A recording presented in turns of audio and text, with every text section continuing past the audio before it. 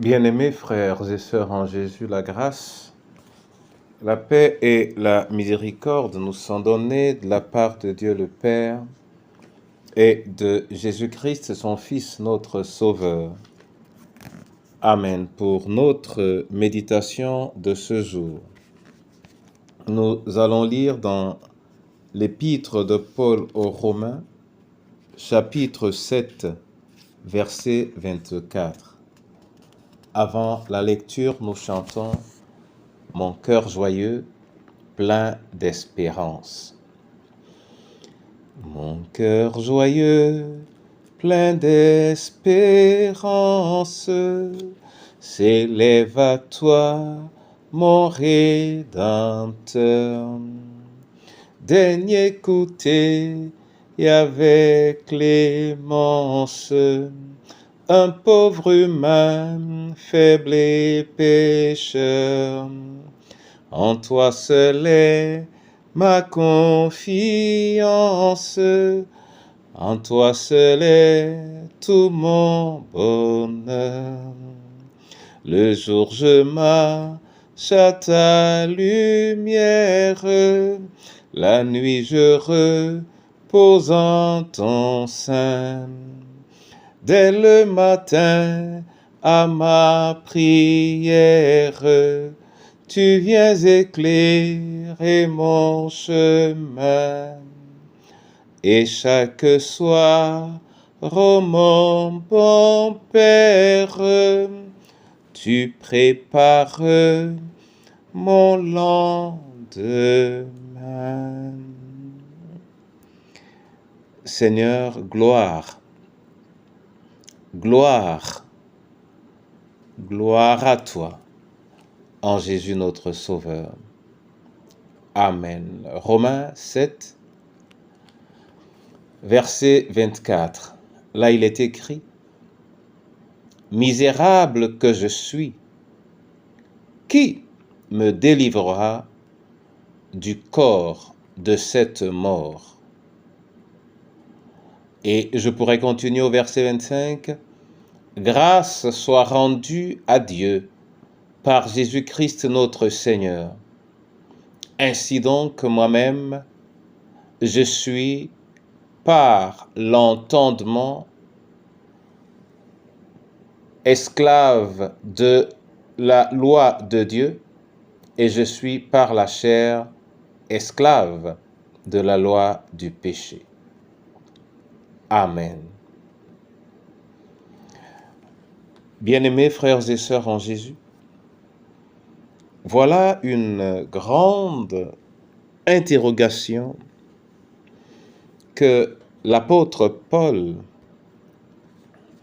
élève à la suite du constat de l'état de son cœur, et il va de soi la nature de sa vie, car c'est notre cœur qui nous incline dans nos pensées, dans nos actions.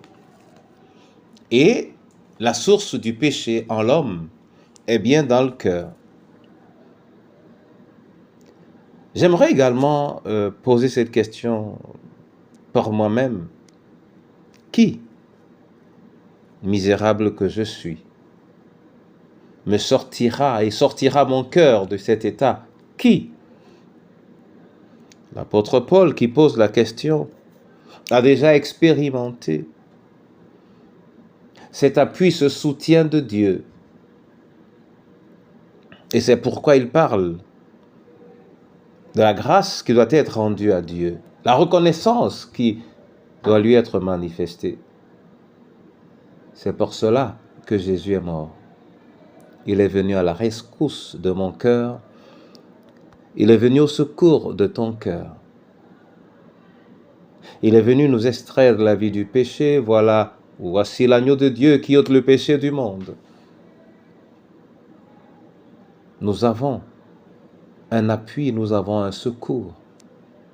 Quelque chose grâce à quoi notre cœur incliné au mal et au péché puisse se relever. Mais il faut saisir cette grâce qui nous est faite.